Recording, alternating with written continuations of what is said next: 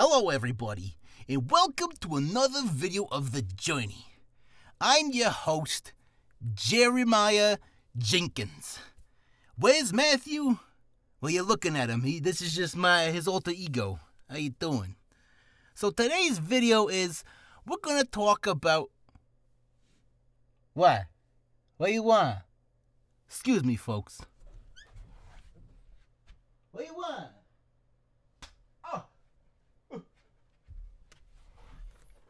Ugh, okay. Hey, sorry about that. That slap hurt more than I thought it would. Was crack-a-lackin', boys and girls. Ding Dong Matthew here. Don't worry about Jeremiah Jenkins. He's gone. And today's video is we're going to talk about... That was a cheesy opening. I'm sorry. I try the best I do with my non-editing skills. I'm sorry. Anywho, am I going to stop? No. Anywho, why did I talk in an idiotic voice going, yo, because we're going to talk today about characters. Yay! Now, for those, if you know, you know. If you don't know, now you're gonna know, to quote Biggie Smalls, if those who've seen this, you're going to look at this and be like, ah, crap, not this piece of schnitzel again. I don't want to see this. And for those who don't know, you're now going to know again, as I quote Biggie, this was a bunch of characters I wrote. Well, I did write these. You can ignore all of this goofy nonsense. This was for myself. I still do this for myself. I haven't touched this in a while, though, because I was a little preoccupied with classes and then starting to find work online, blah, blah, blah, blah, blah. I'm digressing, sorry. So, here, we got my first thing. This was me. This was a little speech I was going to give on my first video as to why I wanted to do voice acting. I thought I wasn't ready for it. Will I be? You know what, maybe in a different video I'll just give you a licking and a tasting, which will actually be into a future video, maybe on Sunday, because tomorrow is a special video, which I'll talk about later. I'm jumping the gun. Again, my bad. So, characters. You're gonna, as a voice actor, not voice over personnel or person, you're going to be acting as a character. And if you're like me, or you want to follow my footsteps into the genre of work you want to get into, which is video games, because I've been playing games since I was 4 years old. Anime, because I've been watching anime since I was, 14? Love that shit, man. Can't get enough of it. Even though I haven't watched an anime in a month now. Shh, that's our little secret. And what's the last one? Traditional, Western animation, like Star Wars, Clone Wars, SpongeBob, or Bob l'Éponge, as les French say. Scooby-Doo. I'm just going to name a few. And each obviously has their own, je ne sais quoi you have to bring to, get into it. I heard that animation is one of the hardest because you have to be very versatile in your acting skills. You need to, and what I mean by that is, think of all of SpongeBob. Think of whenever, in one scene he'll be like, man, I'm thirsty. And then he just pulls out a friggin' giant ass pitcher and goes, this is an extreme thirst. It's you need to do stuff like that. You need to be able to play that one character, but then be able to do a random flip and a switch on the dime. I think I can do that. The thing is, for me, my biggest problem is getting into character and maintaining it. So, see, we're both going to do a lot because I have two problems when I'm learning this whole acting shtick, and that is getting into character, which if I can improvise it, obviously I can do, but when a script asks for it, sorry, I can't stop burping. I have a bit of a issue with it, which leads me to my other problem is understanding or reading from the script. Because sometimes I'll just look at this and be like, Dante is very laid back. Nothing phases him. At times his mood shifts from laid back to borderline psychotic. It's okay. And then I'll see that. I'm like, okay, so that's what they're wanting for the character. Then I'll read this and I'll be like, let me tell you something about people, kid. Blah, blah, blah, blah, blah, blah, blah. And then I'll just read, and then I'll listen to my playback and I'll just be like, wow, I sound like a camel's ass. This is horrible. This was a very hard character for me, but we're going to I'm not going to talk about this yet. So, getting into character is you, or obviously for obviously, if you can think back to a kid playing make-believe. I remember when I was a kid, the guys in my neighborhood, we used to play Lord of the Rings. We would literally be, I would be Gimli because I was the youngest, and at the time I didn't like Gimli because I was a dimwit. Gimli's obviously the best, followed by Aragorn and Legolas.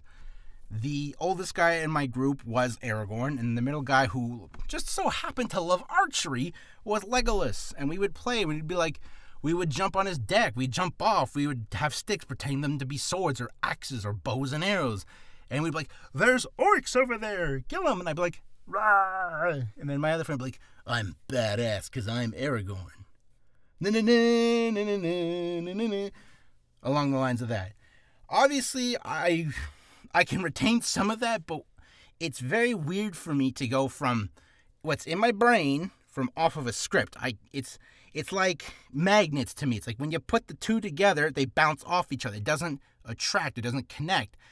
So I gotta be able to flip that and be like, okie dokie, I see. So that's one thing I gotta learn. And maybe if you do too, that's for you. We can do this together. Another thing I have to do is, this is more personal, this could be for you folks too, is I feel like I'm holding back for two reasons. One is, I don't know what it, like, and the one is going off trying to transcribe the script to become what a producer or creator wants. Oh my god, it's hot. And two is, I don't want to, scream and then distort the audio and you get nothing but just, you're just like, oh crap. So, that's my little issues I got, and I know I probably went from like A to B to T to Z to look a triangle. Sorry. That's me. You'll find out in tomorrow's video as to why. Just to clear any bubbles out there. No, I haven't done any drugs. I'm clean. I'm sober. Anywho, so I'm gonna show you little snippets of what the character's supposed to be and how I want them to be portrayed or played as. So we're gonna start with the very first character, called Dante. As you can probably read from this, you can probably read this already because I was on the screens for quite some time. You're probably bored of me going with my verbal diarrhea, or as my friend says, Japanese. Sorry. So you can see he's a very laid back person. So basically, just Dante. I literally pictured Dante from Devil May Cry. I am not joking. For some reason, that's what I thought of, because what I was trying to create with this character is someone who is just so confident and is just, those are demons, yo. Sally Mustang, let's get rid of him. You know what I'm saying? Like, he's just very nonchalant, very cool, laid back, schlick, suave. And that is nothing like me. I'm very high. I'm very high strung. I'm very like 1 minute, and next one, oh yeah. I may regret that. Oh well. Anywho, and I was having so much trouble with this that I went to a little depressive state for about an hour, because I was recording myself back to back for like an hour or two, and it's like, it all sounds the same. I do not sound confident. I don't sound cool. I don't sound like anything I want this character to get through. And and it was very hard, because what I tend to do when I'm writing characters is I'll take pieces and then I'll form the character or from the character or the story or the scene around that one piece. In this case, it was right here. This line right here, the last thing was, You see, I'm not a good soul, nor am I a bad soul. I'm just a lost soul, looking to chase the wicked and the damned that walk this earth. And boy, do I love a good chase. My entire mind was just on the delivery of this, and I completely neglected all of this. And then what I was trying to do is, it's like, okay, I get the feeling from the One Piece we wanted, not our One Piece reference. I I was trying to, like, I could feel what I was trying to convey here or trying to act out here, but I couldn't bring it to this, and it was driving me bonkers. So I couldn't do it, and that's when I went to like a little spiraling depression. Obviously, I've worked on it a little bit here and there. I felt better. I wasn't as negative or pessimistic as I was. Still, is it good? No. Does it need work? A whole hell of a lot. Now on to my next character, the Rambling Man. Next character is, all I could think about when I was writing this, was that one scene. I think it was with Willem Dafoe, and he's just sitting there. I think he's playing as Vincent van Gogh, and I can't remember the words he said, but he's just sitting there, like, dead camera, like, staring and going, I think I'm a monster, or something along the lines. And that's when I got this, and then I just started writing. I was like, wait, maybe if we made this person go from, like, being just, innocent, victimized for no reason, just sitting on a park bench, and then he goes a little, crazy. As you can see by this right here. And then this last line was ass. I just wrote that. I was literally improvised the last second. I was like, sure. So basically, he just goes from like, I think there might be something wrong with me. Everywhere I go, I get these glaring eyes of anger and resentment towards me. Yet, I don't see people. I see shadows. I see dark, semi-shaped beings with hateful glares lurking at me. Like I've done something wrong. But I don't think I've done anything wrong. This isn't the first time I felt this or been on the receiving end of these glares. Since I was a child, these things were always glaring at me, and yet I didn't do anything. Even now, I'm doing nothing, and still I'm on the receiving end of those glares. I'm just sitting on a park bench with my briefcase that has a few documents in it and a sad little bologna sandwich for lunch, and yet they insist on glaring. And then obviously from there, he goes, into, I could be delusional. I could be paranoid.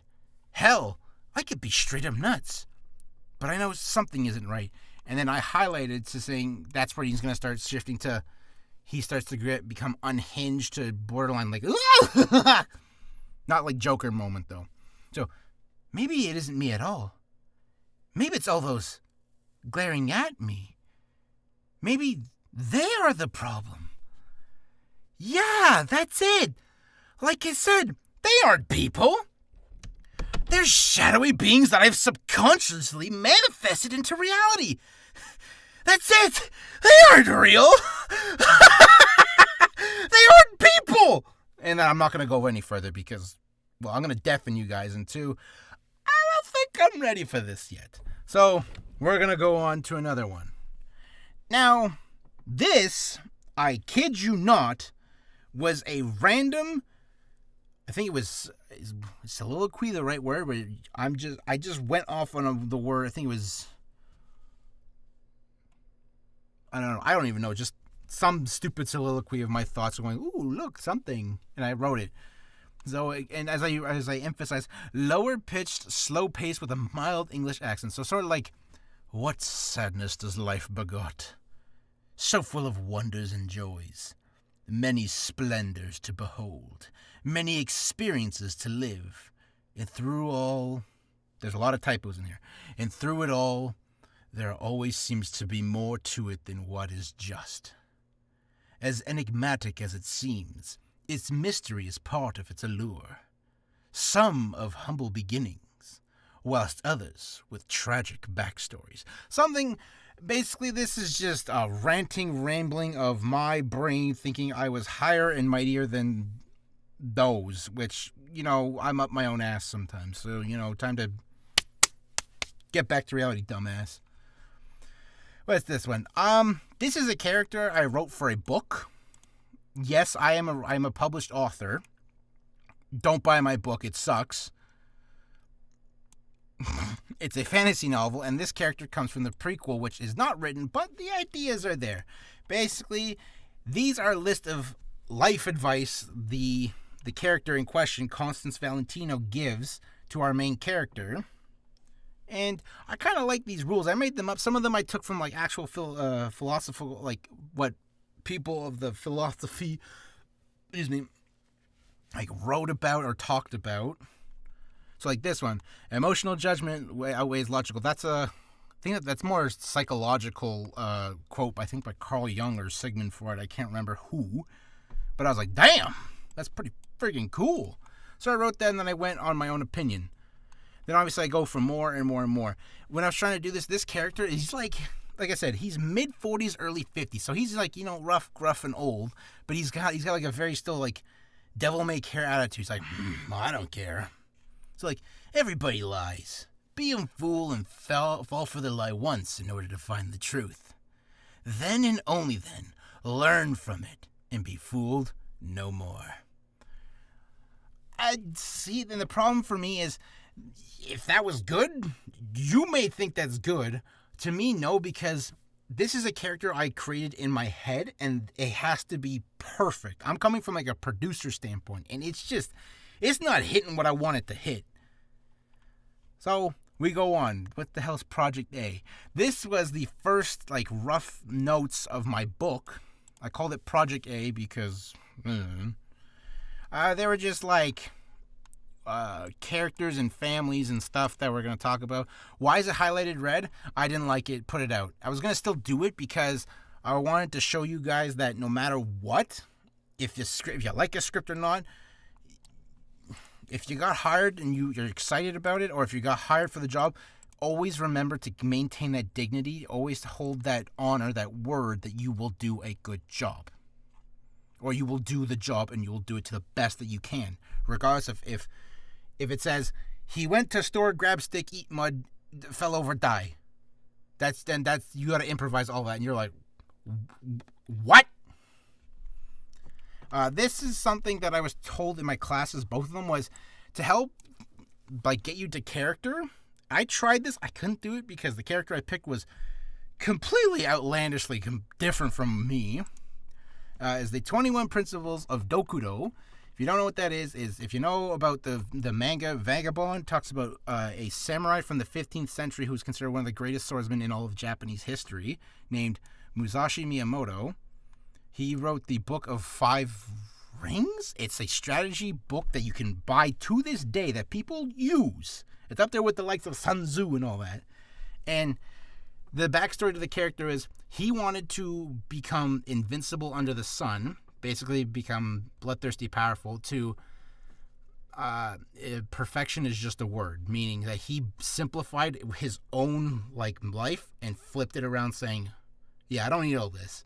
And these are the 21 rules of Dokudo, or I think in proper translation is the 21 rules of being alone, which is kind of angsty. I like his philosophy and stuff. It does help with, people, finding their own path, but there's some things that, you don't need that. As you can see, some of these are bold. These are some things I really resonated and messed with, or like this. This is my favorite, is think lightly of yourself and deeply of the world. If you don't know that, I don't have a proper translation. If you know it, cool. Good for you. You're smarter than me. You're cut above the rest. This is another easy one.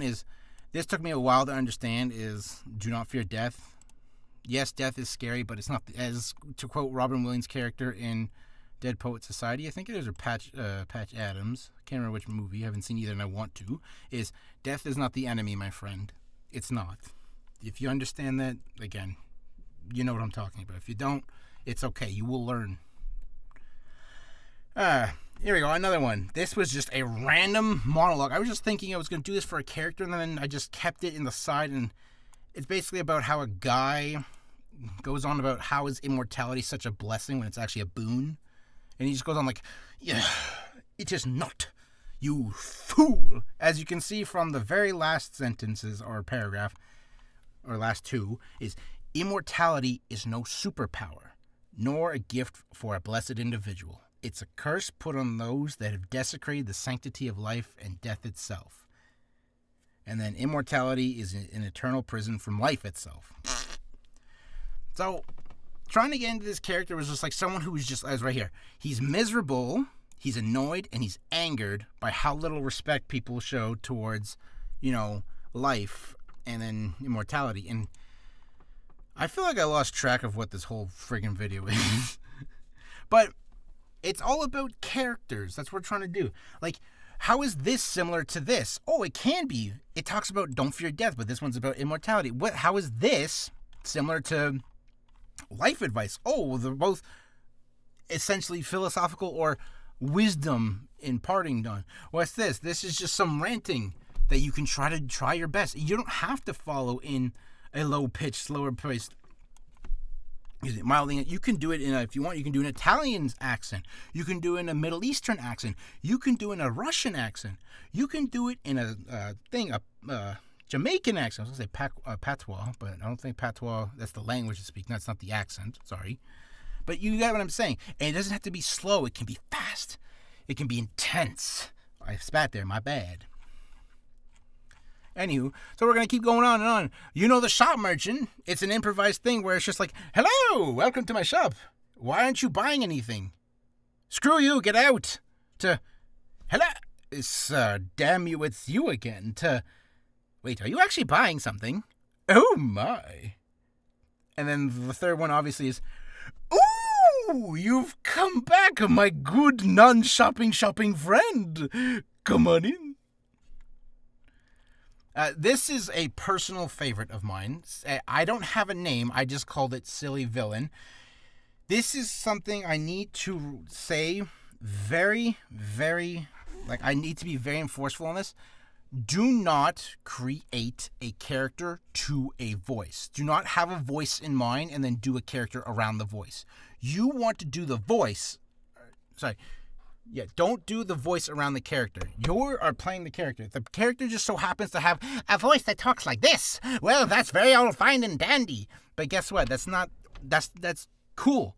However, if you see a character that's nothing like that, don't just be like, well, I think he would have this kind of voice, even though he's a big brute. It's just like, unless you're playing a character that in the whole play or scene or project or whatever it is a satire. It's like everything is the opposite. You play big burly Hercules, but he sounds like this. He sounds like a weenie. He sounds like a geek, a dork, a nerd.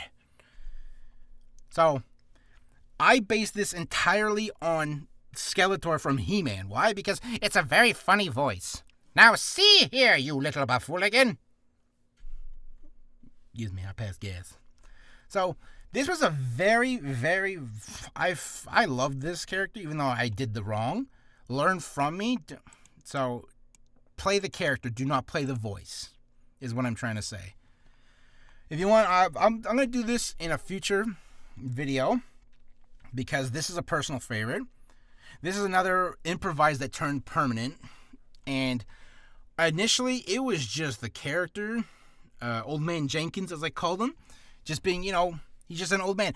Oh, dang it, he's doing it again. Ah! But then somehow it turned into an old man who's got a southern drawl. So like, dang it, he's doing it again. And that's a good way of doing it, is I built it around the character. So I built the character saying, okay, he is a crotchety old man who's really annoyed at the fact that sap is falling from his tree and leaving little dew marks on its windshield.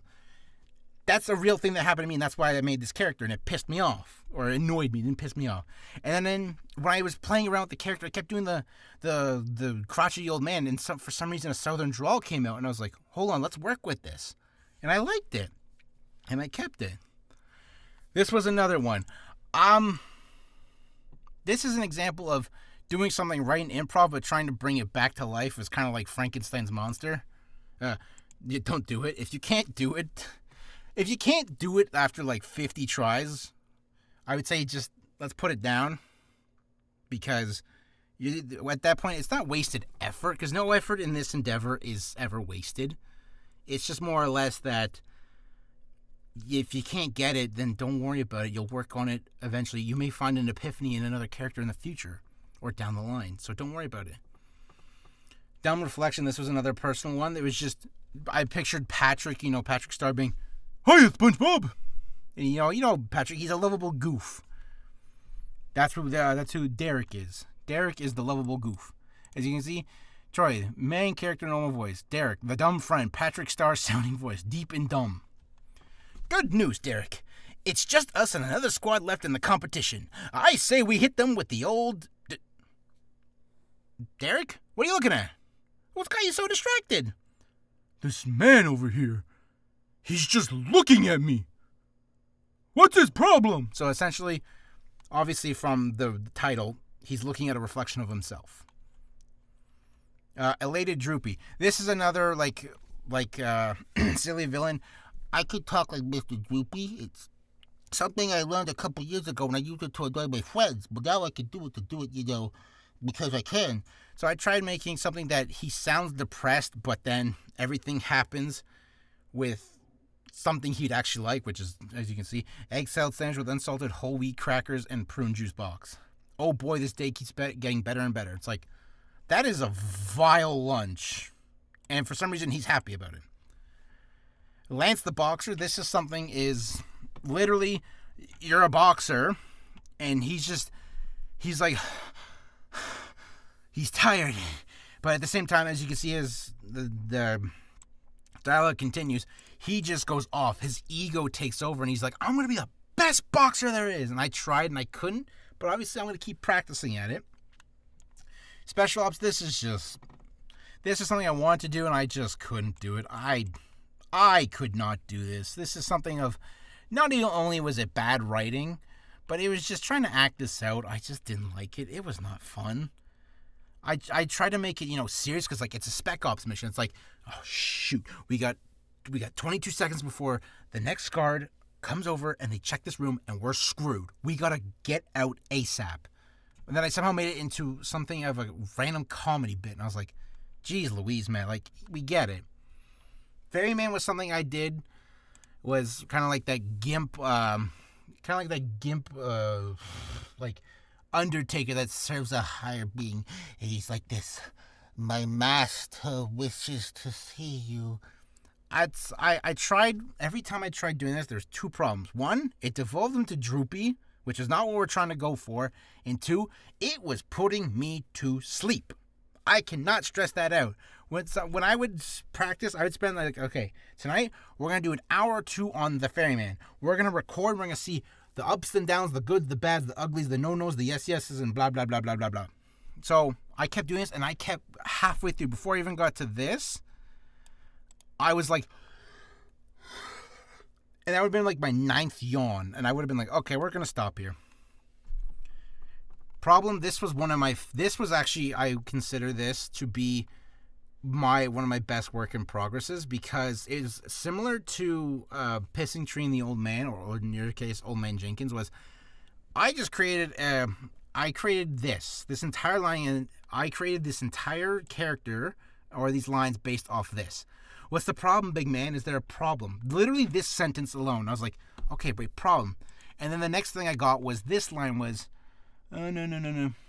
Don't worry, I'll make it as painless as possible. Oops, sorry, I thought the knife was still in the holster. Oh, well. What the fuck did I just do? I just shifted the lines, my bad. Oh, well, no harm was done to me. And I just kept saying, added. And then my favorite part is when I let it rip right here is this, and I kept adding. And the beautiful of this character, putting this character together was, it was just supposed to be like some guy he's sadistic. He just likes torturing people. He gets a sick pleasure from it. So he goes, look at what I've got here. Another one of the Lord's torture. And I was like, okay, that doesn't sound as sadistic enough. Hold on. So then I went into a more deeper voice. Maybe I went to a grunge voice. I tried rasp. I was like, look at what I got. And it was like, look at what I got here. And then I was like, that's not good. And then I was thinking of an actor who played a character in a game named Damon Mills, he does the voice of Frieza in the DBZ games. I don't know if he does it in the DBZ show. I could be wrong. He also plays a character called Blade in Honkai Star Rail, which is a game I fucking love. Forgive the cursing. And I love the way he portrayed that character. He's a dude who is immortal and just wants to die. Why? Because, he's lived his life. He doesn't want to live anymore. He just wants to see the other side. And it's kind of, a touchy-feely thing for him. So he talks like this. It's a soft grunge. And then I was like, okay, maybe I should try a grunge with this. Then they go, look at what I've got here. Another one of the Lords. And I was like, okay, that's good. And then just like Old Man Jenkins, I put an accent on. But this time, not a southern drawl. I put an English accent. I went, look at what I've got here. Another one of the Lord's torture victims to play with. And then from there, I was like, whoa, okay. We did something good. Then we just kept going and going and going. We added more. We improvised. Half of what is this, like, this is my own note I gave myself, and then I put emphasis on the thing. And right here is like, this is when I love it, because I'm going to do a little bit of it, and I hope I don't deafen you folks, he goes, oh, what a bother it is to do the kind of dirty work for the king.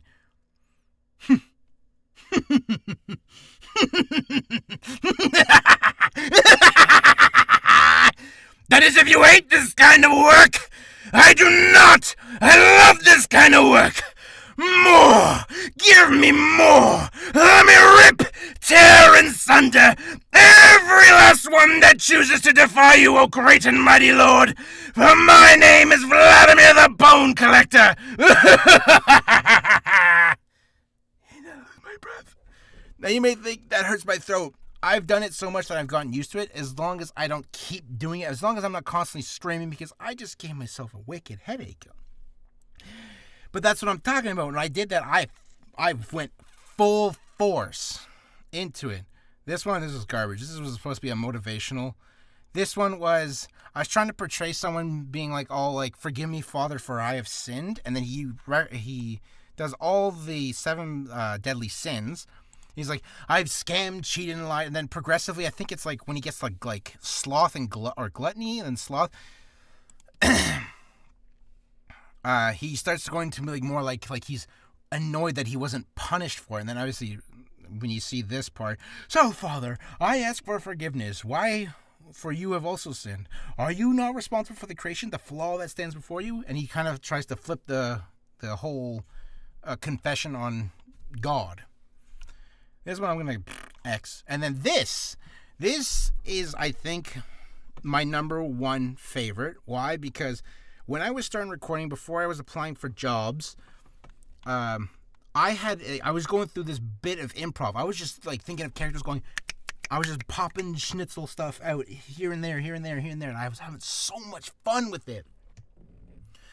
And I improvised this. Why do I like this? To me, it was just me. And it just goes, I was just thinking, all right, let's do this. Let's picture we're the hero in this fantasy-esque story, and you don't care, as the name says, you're the reluctant hero. You're the hero that reluctantly does the hero stuff, but you don't want to be the hero. So it goes like this. Well, looks like you guys have it under control. I'm going to go home and squeeze in whatever time I have left to watch my favorite TV show. See ya. And then this line right here is like his cohorts, like being apprehended by a giant like King Kong monkey gorilla, as you can see in my parentheses. Say this line with discomfort and a strained voice. You're trying to keep a giant hand from crushing you. So it goes like this. Titan! We could really use your help right about now. Why did I put not? Typo. Fine. I never get to go home and do any things I want to do. No. Can't go home and sit in my underwear and watch my favorite TV show. No. I gotta go out and help you with your missions and adventures. All right. Listen here, you big buffoon-looking monster. I'm gonna kick your butt. Then I'm gonna save my friends. Then I'm gonna kick your butt with my friends. And when all this is said and done, I'm gonna go home and see if I can still watch my favorite TV show. Frasier. That's real. That's my favorite TV show. Shut up. Should you come back in a future episode, mission, adventure, or whatever future installment lays before us, I'm gonna do a lot worse to you. I'm gonna take my sword and shove it through your carcass, Marcus, okay? Marcus, that's gonna be your name from here on out. Marcus, the buffoon-looking monster that tried to get in my way. Now stand still as I try to make this look as pretty as possible, because it's not gonna be. And scene. You just watched an idiot come to life. Ah. And this is probably already a really long video. A really, really long video. I may have to redo this whole thing. Oh well. But that's characters, and this is a prelude to tomorrow's, which will be character creation. So I'm gonna stop here because, well, no one's gonna watch 35 minutes of me being a rambling moron. Bye!